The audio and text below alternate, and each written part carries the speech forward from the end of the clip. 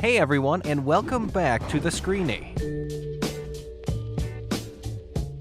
The Dragon's Den has become one of the most entertaining business shows of the century. With so many pitches made over the past few years, it's no surprise people have tried scamming the dragons into investing in useless things for a quick buck. From a water purifier to a cashback pyramid scheme, here's 5 of the biggest scams the dragons shut down. Before we begin, make sure to like the video and subscribe to our channel for more amazing videos about your favorite movies and TV shows. Number 5. Air OASIS. This is by far one of the craziest scams ever seen on Dragon's Den, and it's actually fairly recent, dating back to December of 2019. The pitch went super viral on YouTube due to its absurdity, so you might be wondering what could have possibly happened during this pitch. You see, it all started when Paul Lobo and Barry Ritchie claimed that they have a legitimate water purifier, claiming it'll remove contaminated water of its impurities. The two men showed off the machine's capabilities to do so through multiple tests, but the dragons still didn't see the convenience, or the reason as to why someone would pay £600 for such a machine.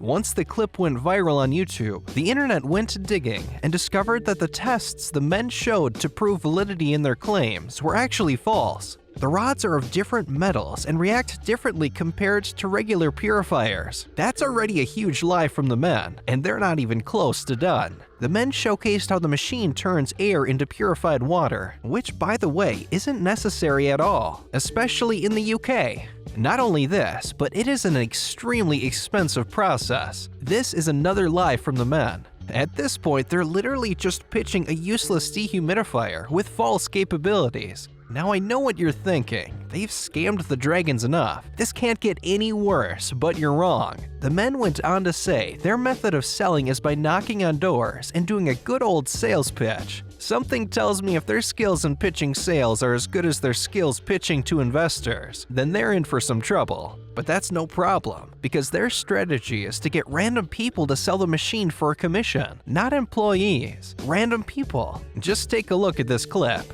The people are taken on a part-time commission-only basis. They get £100 a sale. It's good old-fashioned pyramid, multi-level direct marketing. Barry. Did you just hear that? He literally said the word pyramid. Obviously, the dragons knew what was going on here, and before anyone could speak up, Deborah immediately goes off on a rant about their scamming ways. You are talking about a pyramid selling scheme that is a combination that I would run a mile from. Number 4. LYONESS.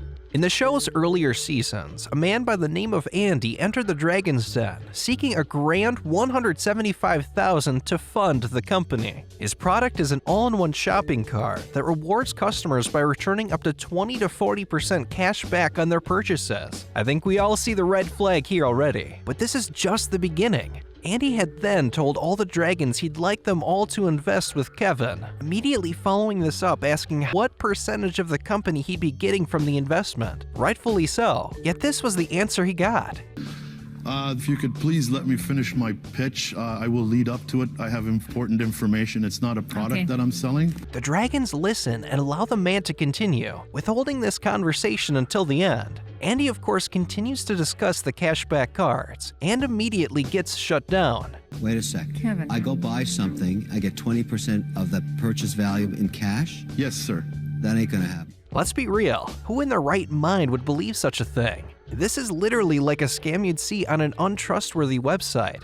Obviously, everyone wants Kevin to be quiet so they can expose Andy's scam at the right time. When asked how it works, Andy said that LYONESS partners up with retailers to take a sales commission of the sales they generate from that particular retailer. For those who don't understand, let's hear it dumbed down from Arlene. You sign us up, and then the deal is we should go sign up other people, right? Absolutely. And they sign up other people. Isn't Absolutely. that a pyramid scheme? Busted. The funniest part about all this is not only is he pitching a pyramid scheme, it isn't even his. He's simply one of the fools who fell for the scam and pitching it to benefit the company. When the dragons start pretending it's not a pyramid scheme, Andy accidentally reassures them it is.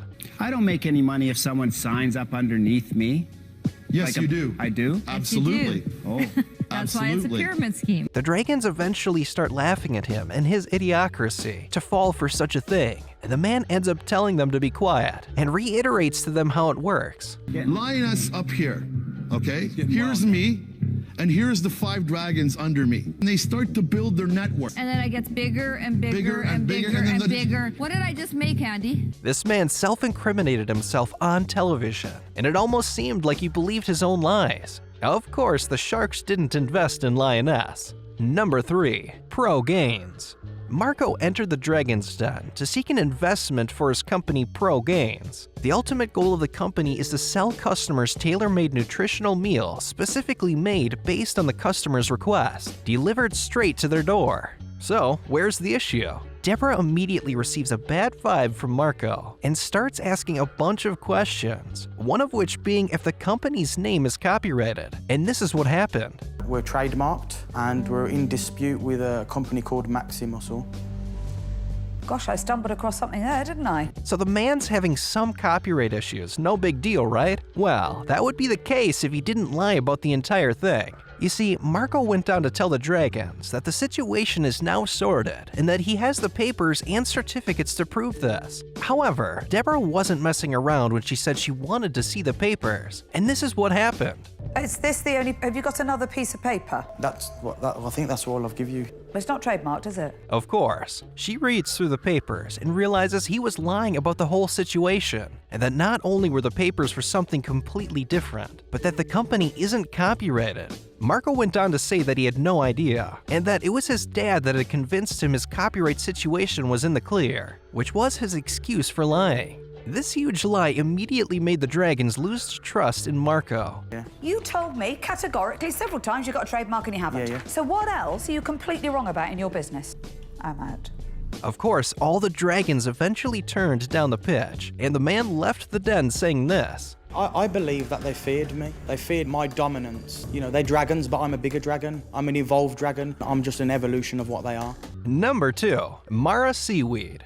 As Fiona and Rory entered the den, the Dragons were surprised when they said their main focus was selling seasoned seaweed. They claimed their business operation was so reliable, considering Rory's the one harvesting all the seaweed. His experience and passion towards the job of simply harvesting seaweed was unheard of, which impressed the Dragons. Peter even went as far to say this. So this business must be making a lot of money already, so I'm now really intrigued. And so despite the unusual product, the Dragons were extremely interested. That is, until they started asking questions. Of course, the first question to ask is how much the company is currently making. So that's what Peter did. We made £200,000. So you made £200,000 net profit in the last 6 months? No, turnover. You heard that right. She wasn't even talking about profit. And did I mention, she wanted $100,000 for 3% of the company. What was she thinking? Anyway, if you think this is bad enough, Peter then asks the question again, asking for her gross profit. And she kept dodging the question, so Peter simply asks this. Do you know what gross profit is? Yes, I know what gross profit is. What is it? Why are you... What's the question?